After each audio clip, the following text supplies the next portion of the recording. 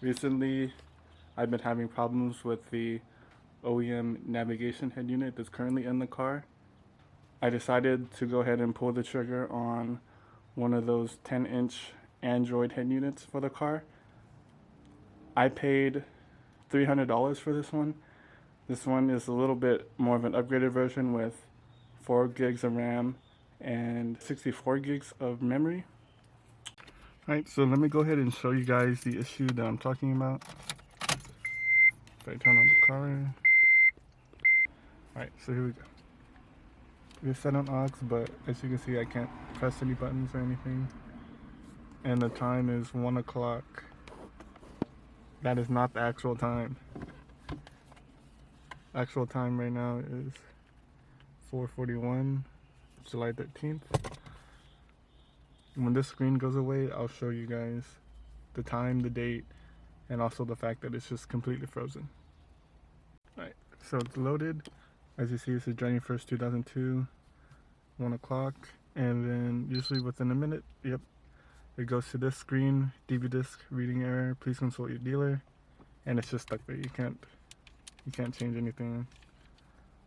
Okay, so the first thing I'm going to do is remove this plastic trim piece.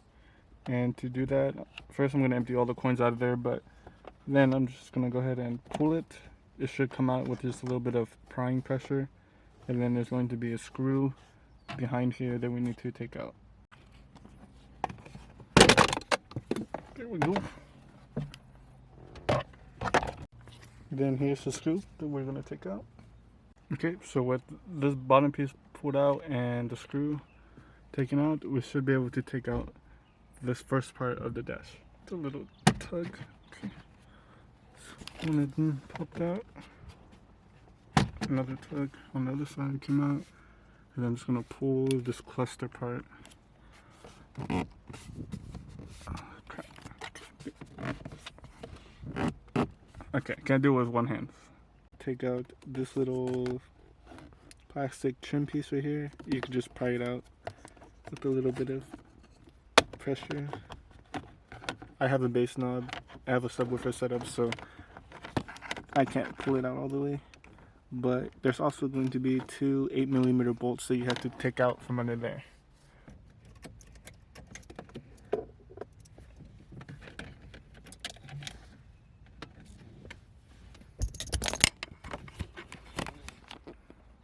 So I got the second.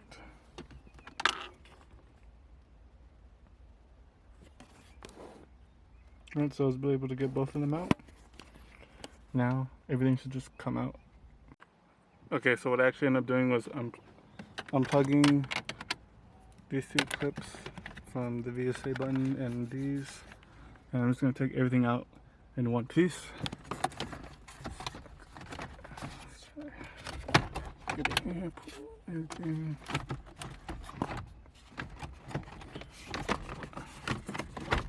Alright, I'm going to need 2 hands for this, but after that, all we should have to do is unplug the harness from the head unit and pull it out.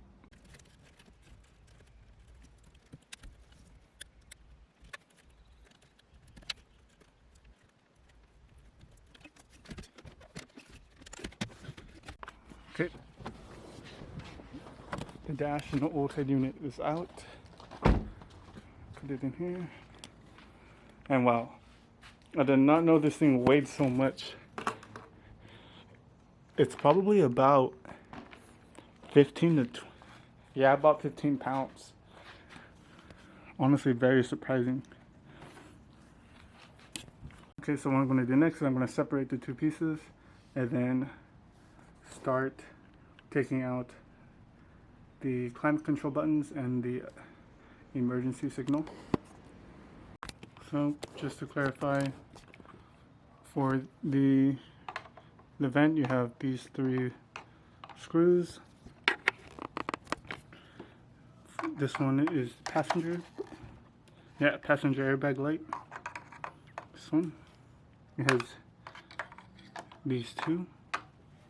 And then your emergency, it has 1 screw right there. And then for the climate control, you have 1, 2, 3, 4. Alright, so got everything off except for the climate control, but for the emergency switch, there's actually 2 screws. I believe I said 1 earlier, but there's one on top and one on bottom. So to remove the climate control part, you have these knobs that keep the climate control from falling forward, and to get them off, you simply have to push pretty hard on this middle section right here, and it'll pop the knobs off.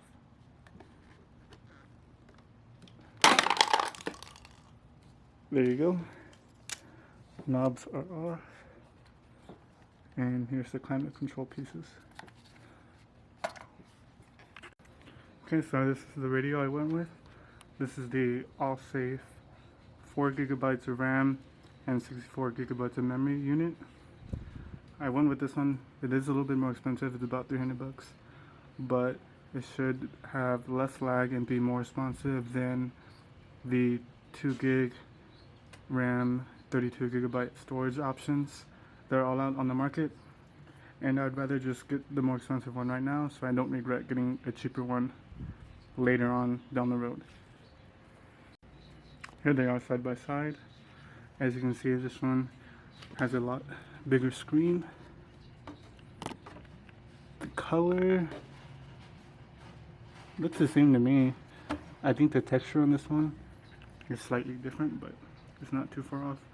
We'll see how it looks when we put it next to the dash. But for now, I'm gonna go ahead and install everything back onto the head unit, and then we'll go mock it up.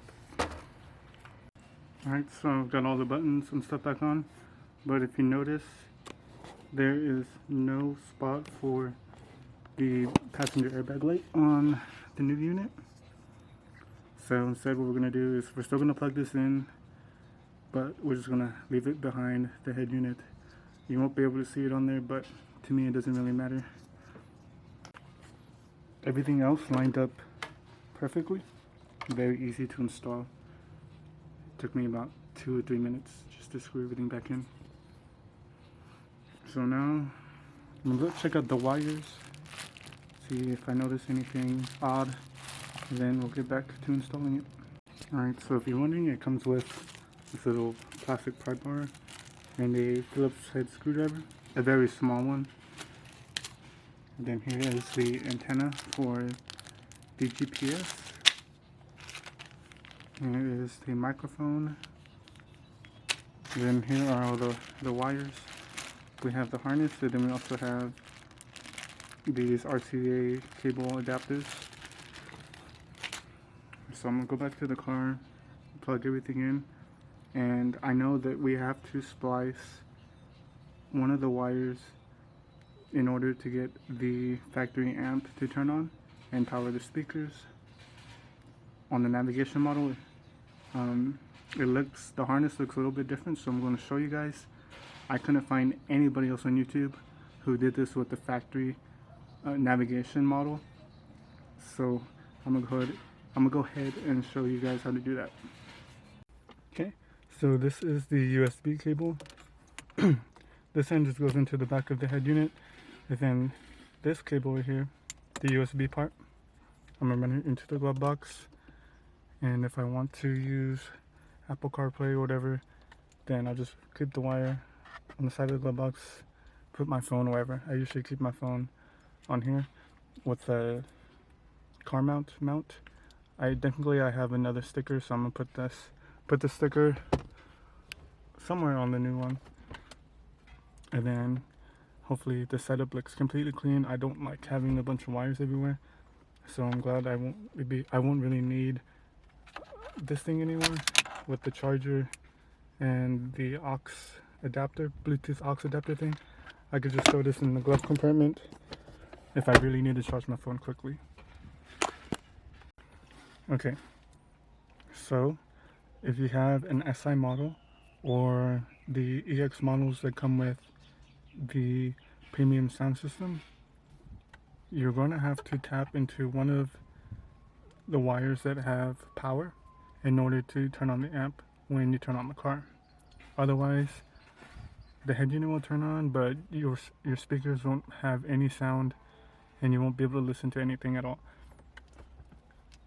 On this harness right here, it has this wire for the amp,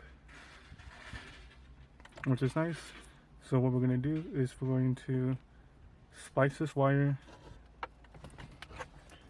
into the blue wire on here. On the regular SI model, it's a little bit different, I believe, but on the navigation model, let me try to illustrate this for you guys. You have these two wires on this side that are by themselves, and this one that is a little bit more greenish or blue, that is for the amp. So what we have to do is we have to splice this blue wire into this one for the amp, and then when we turn on the car, it'll power on the amp and we'll be able to listen to music like we should. One thing I forgot to mention is that you have to take the clips or these tabs off of the original one and put them onto the new one like that. Taking these off is pretty easy. They're just kind of clipped on like that. So if you have two hands, you could just pull both sides out and then pull. Alright, so I got all the wires hooked up. Everything is very easy and self-explanatory. Everything is labeled nicely. All the wires have labels on them so you know what you're plugging into. Now, all that's left is for me to actually connect the amplifier wire to the one in the harness. Okay everyone, it's nighttime, but I just checked, everything works, and I'm going to show you guys real quick how you get your steering wheel controls to work with the radio system. With the navigation model, it's different because the harness for the secondary or the B connector for the amp doesn't connect to the harness they give you. So what you have to do is you have to splice another two wires. One is for the steering wheel controls, and the other one is a ground. So I'm gonna show you guys how I did that. Try not to rip anything, but okay.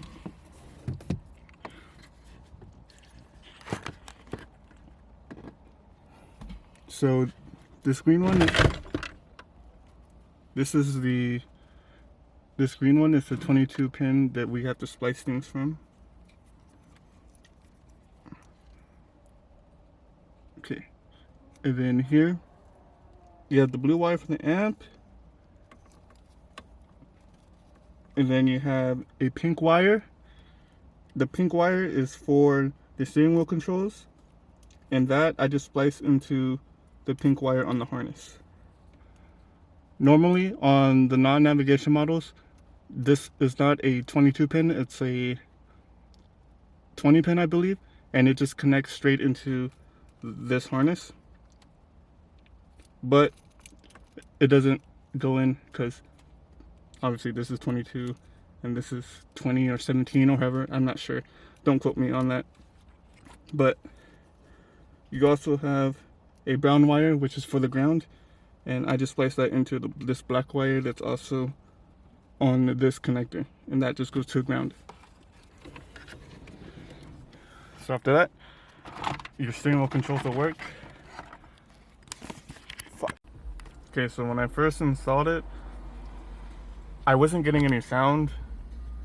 It took me a while to figure it out, but what you have to do is you have to come into the settings menu, and then at device, there's a switch for amp on and off. You have to turn it on, and that'll power the amp, and then you'll have sound.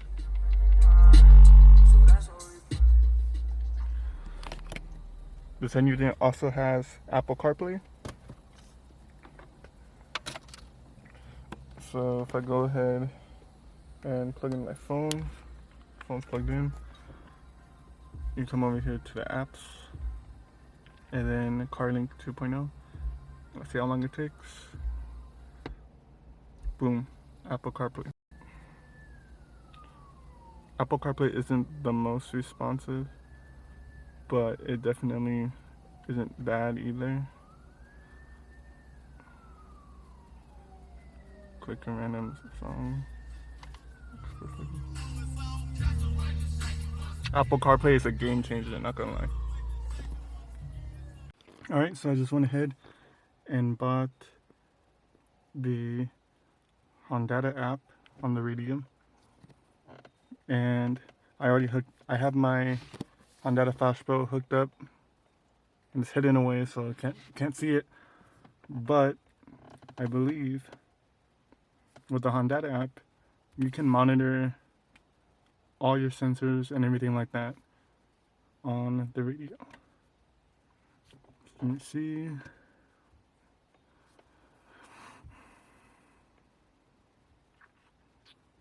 Gauges, graphs, all this good stuff.